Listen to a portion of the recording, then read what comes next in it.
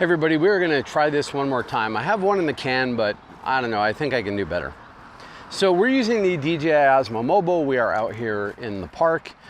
I've got my lapel mic up and running, so hopefully the road noise is not too bad for you. And we're gonna try and keep this down to about 12 or 13 minutes. I've been thinking about it, and I think that the 26, 27, 28, 29 minute videos are a little bit hard for people to find time for during their day. I mean, I know that I'm brilliant and you love listening to me, but let's see if we can keep it down to something a little more, I don't know, concise might be the word I would be looking for here. Anyway, let's get this thing back where it can see me. So while we're talking, it is Sunday afternoon and Hurricane Irma is still in the process of slamming into Florida. Now, I was just there last week. I had a chance to make some new friends, get reacquainted with people I've known for years, see some people that were incredibly important to me, and on top of that, I have relatives down in Florida who are also being affected right now. So it's kind of scary all around, and certainly for even those of you who I don't know who might be in the path, obviously that's a problem for everyone, so I'm hoping for the best. I'll put a little video in the corner here of some of the webcams that are sort of covering the Florida area right now, so you can kind of see what's going on, just so you have a little context if you watch this video in the future. What I wanted to talk to you guys today about real quick is managing risk when you're experimenting. So what do I mean? So when we're talking about experimenting, what we're talking about is changing the way you do things in your life so that maybe you can have a different outcome. Now that might be trying a new career, it might be trying a new job at your current career. It might be changing your price on a product. It might be switching products if you build things. Whatever that is, these things are experiments, or you should think of them as experiments. And the real question whenever you're doing an experiment like this is, what is the risk? What do I stand to gain? And one of the ways that you think about this when you're managing risk is I want you to think about this stuff in terms of resources. And this kind of came up during a conversation I had with someone at my dojo who does watch these vlogs. Hey, Kendrick. And we were talking about this very thing in relation to my last vlog entry. And it really got me thinking about this stuff. And so Scott Adams wrote a book, the guy that draws Dilbert wrote a book called How to Fail at Everything and Succeed Anyway, or some variation of that title. And this is where he talked about something called systems and not outcomes.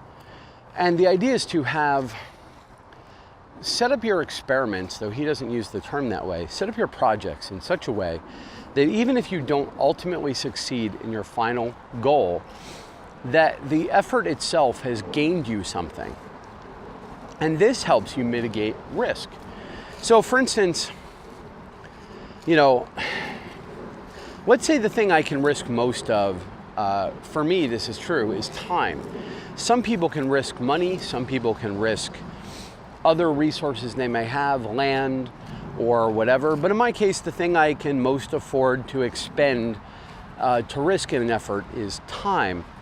So what if I was to set my sights on an experiment that was going to cost me time, maybe for a specific gain? In this particular case, it's these vlog entries.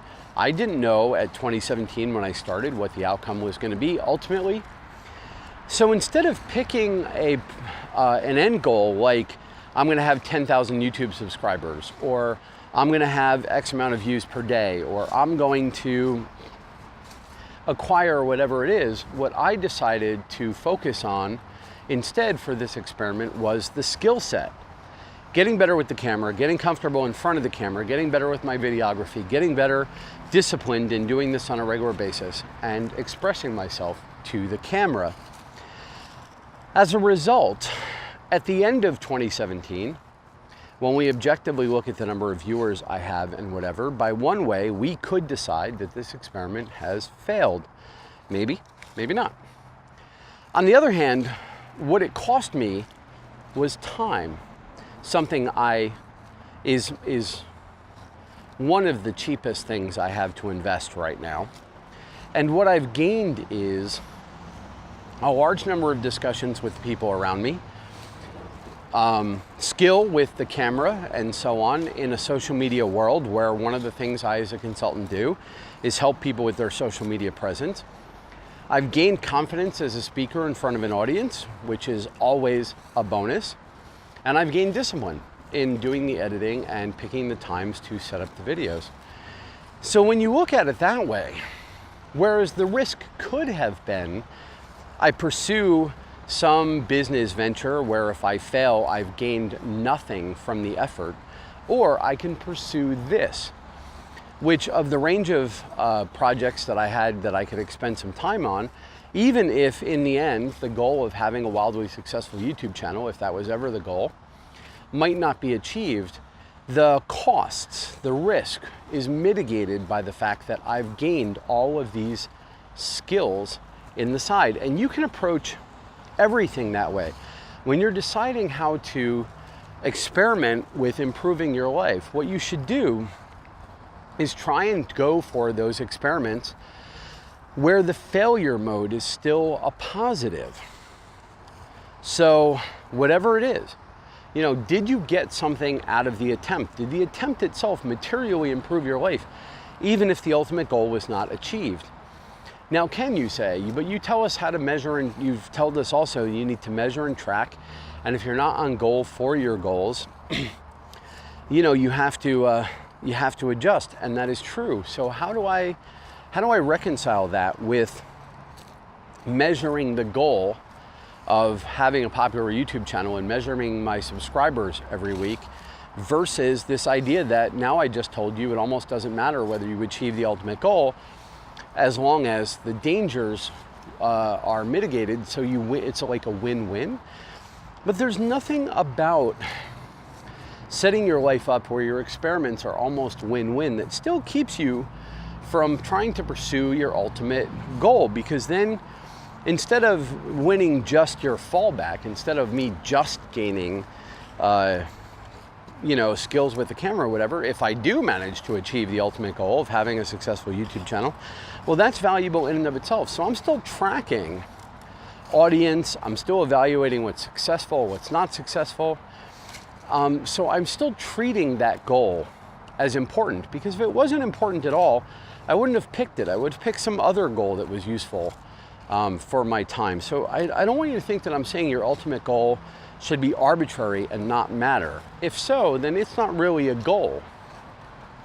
For instance, if I didn't particularly care whether I had a YouTube channel that had any following, and I just wanted to get better with the camera, then maybe I wouldn't have picked doing a YouTube channel. Maybe I would have picked doing a short film, or maybe I would have done a documentary, or maybe I would have done something else. Or maybe I would have done a YouTube channel for sure as an experiment, as a way to practice, but it would appear nowhere on my goal list to have that YouTube channel. So does that make any sense? What I'm saying is pick goals, sure, goals that matter, obviously, because even though you're expending whatever resource you have the most of, you're still expending a resource. These things are still finite. I still want you to pay attention to it, and I still want it to be important to you. I'm simply saying when you're looking at mitigating the risk of those experiments, that one of the ways to mitigate the risk is to make sure that the failure mode of the experiment is still as positive as humanly possible. And then what you're at risk of is only the difference between the fallback, the consolation prize, and the full goal, which is the consolation prize plus your ultimate goal. You're just trying to set these things up so that you can't fail ultimately, completely. You'll always have gained something. You'll always have moved forward. You'll always have advanced your ability to make your next experiment better. And when you think of it that way and you navigate it that way, some of that anxiety you have about taking a big gamble, it goes away, because they're not huge gambles. They seem like they are, maybe to an outsider they seem crazy, but they're not really. They're really not, and you'll know better, because you'll know what you're hoping to get out of it, even if it ultimately doesn't work out completely. So I hope that made some sense. So Still measure, pick goals you still care about. Still find a way to measure those goals, those proxy measurements we spoke about last video. Still adjust your track as you can to try and hit your goal. But I want you to pick goals of your options. Attempt to pick projects and goals and experiments where even if you don't quite hit them, that you've still gained something. You've put yourself in a position for your next move. And as with so many things, this relates so clearly to the martial arts. If I'm in a judo match and I attempt an attack, of course I want that attack to succeed. Otherwise I wouldn't be expending any of the effort to make the attack. I want that throw. But I've chosen a throw where even if that doesn't work, even if you stop that throw, I'm in a better position to launch my second attack. I've gained position, momentum, I've gained the initiative, I've gained something.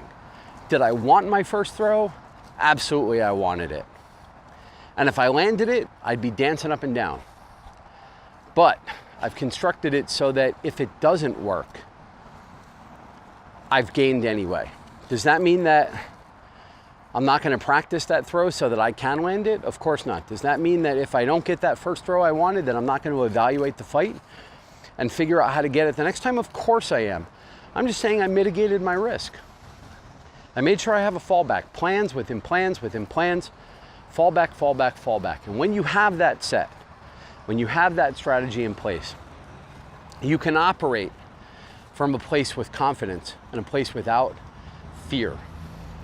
And you operate that way because you know that whatever the outcome, you're going to be better off when it's done, and you'll be in a better position to launch your next attack on whatever it is. And that confidence and that ability to operate with surety is as much a contributor to success as anything else you will ever do. So, if you're anxious, if you're worried, if you're having trouble breaking out of the world you've created for yourself, what I want you to do is just let it go. Give yourself permission to be comfortable with what you've done. And now look at the things you have, what resources you can expend. Pick the one you can risk most of. Pick one of your goals and construct it in such a way that you can move towards that goal, much like that throw. I'm going to move towards that goal, and if I hit it and it hits perfectly, that's great. And if it doesn't hit perfectly, then I've learned something and I've gained initiative and I've gained something, and I'm better placed for my next attempt. And that's the trick. The trick is to construct your fallbacks as if you will fail, have the confidence as if you are going to succeed, and then drive for success while you're prepared to accept the fact that you might fall short. Life is complicated. You're not going to hit every throw. You're not going to hit every goal. It's not always going to work out exactly the way you want. But you can be prepared for that, and you can wind up succeeding anyway. And when you're set like that, it's impossible to lose because you just keep getting better and better and better until you ultimately are victorious. We're here at 13 and a half minutes. I didn't quite hit 12. See, there's that thing again. But I really like this one, so I'm not going to cut too much out of it. I hope you guys enjoyed it. I will catch you next time. My thoughts and prayers to everyone in Florida. I love you guys, and I will talk to you next time.